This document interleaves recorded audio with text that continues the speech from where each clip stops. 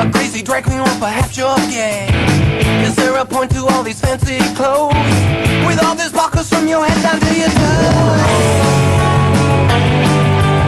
It's very simple, but I'm just another girl. It's not so easy, but I'm giving it a whirl.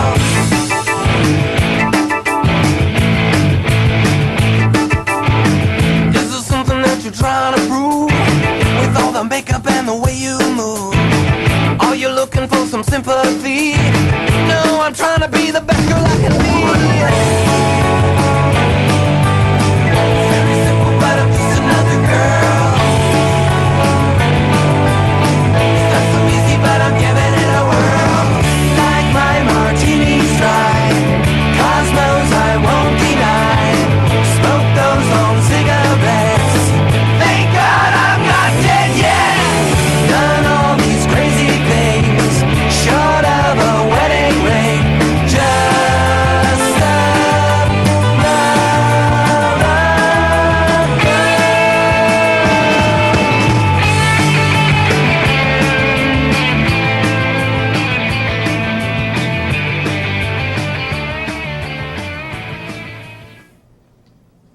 Good evening. Thank you for joining us. I'm Salem, and this is nlcTrans.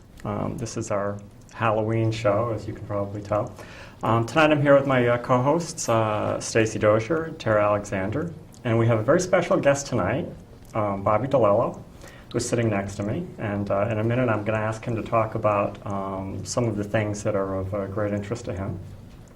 I just wanted to touch on one or two things very, very quickly before we get into it. And one of the things that, being in honor of the occasion, I wanted to talk about just very, very briefly was the Salem witch trials, a subject which has come to be sort of associated with this time of year, and which has, I don't know, I suppose taken on kind of a cult following.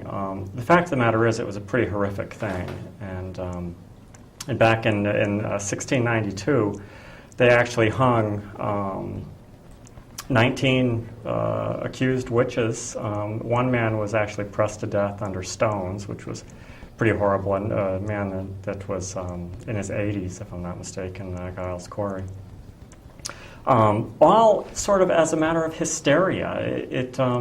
There's some evidence that it may have all started with something called ergotism, which was some kind of a bacteria that invade. Ergot is actually a fungus.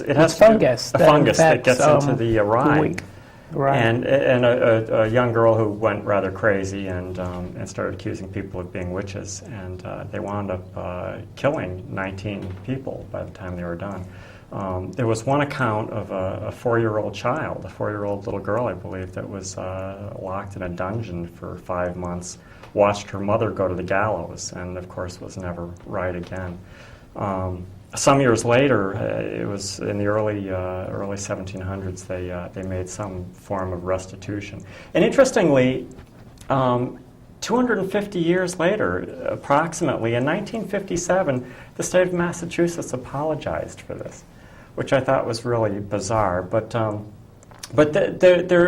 Salem witches are kind of near and dear to my heart because not that we have gone through what the Salem witches have, although some of our people in our community have, in fact, and have not lived to tell the tale. But I've gone through similar kinds of horrific things. But these were people that, just out of a matter of hysteria and misunderstanding and fright, these people were put to death. And it's sort of what sometimes we go through, is people don't understand us, they're afraid of us, and so they lash out at us. Hopefully they're not going to hang us, please. But anyway, it's an interesting thing, and people still flock to Salem, but it really was kind of a horrific period in our history. And there's certainly a lot of information out there about it, which we could go into, but I won't, because we have a bunch of other stuff I want to talk about. And Anyway, I want to turn to our special guest, Bobby Dilello, who works very hard in the prison reform movement and has done great work there. And I wanted to ask him about some things. And by the way, you were, if I'm not mistaken, on a speaking tour of some sort. You were supposed to speak at the T.a.L.L. House earlier this year, and somehow that got. I ended up in California, the Critical Resistance 10 campaign out there, and did a special workshop on the National Institution of Corrections, which is too involved to try to explain here. Right. But these are the people that the prison industrial complex, all tentacles directly or indirectly lead to NIC. And I was trying to educate people to that concept. And then did stuff on the book. And then I'm also on the permanent steering committee for StopMax, trying to close down the Supermax prisons. Right. And then I ended up in Detroit. You've been around a bunch. The National Lawyers Guild, we did a panel on segregation and the effects on the human mind under those kind of conditions and why these things have to be stopped. Right. Right. A lot of really bad stuff goes on, from what I understand. I've never been there, honest. Well, you know, the thing is, a lot of it is unintended consequences. They really don't know what they're doing when they build these places, and they have no grasp of the situation variable. It's the condition of the confinement. Like, I was in the Supermax in Walpole for 5 years and 1 month. Now, prior to that, I've spent many, many years in segregation units. And this place, the cell is 12 feet long, 8 feet wide, 10 feet high. You can actually do a spinning crescent kick inside this cell. Wow. And after the first 30 days, they give you a radio with the batteries because you don't have access to commissary. After 60 days, they give you a black and white 13-inch TV. So you would say, like, wow, piece of cake. You know, I don't have to spend any money for this stuff. All the writing stuff, everything I need, you give to me. But the problem is like to this day, every 45 minutes to an hour, I wake up. I don't sleep straight through to the night because the way they made rounds. You woke up every hour or every 45 minutes. And that's all, this November will be 5 years, and that still affects me. All right, now they deny that there's sensory deprivation going on in these kind of blocks. Well, sleep deprivation is sensory deprivation. And then other situations you have, I had a lawyer coming up. I was in there maybe 3.5, 4 months. And I went out to see a lawyer, and I had a list of stuff that I had to talk to the lawyer about because I was in there for escape. So I had a lot of legal issues. And I was in a big room. It was bigger than this room. And there was one table in the middle, and one side was all glass. And the guard outside that window, when he moved, when I turned and looked at him, when I came back, I lost the content of the conversation.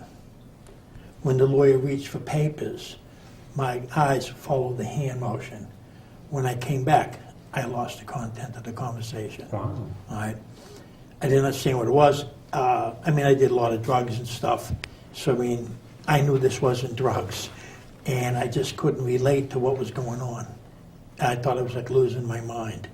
I couldn't get out of there fast enough. When I got back to the cell, then I didn't have that situation. And my mind was back to like normal. And it was like, what the heck happened to me? Now, I figured it out later on what was going on is body language and verbal skills you do as one thing. They're not. They're two separate things. And what happens under the conditions I was under and the other inmates were under is there's a small window on the door. So what I see when I look out and talk to you is this.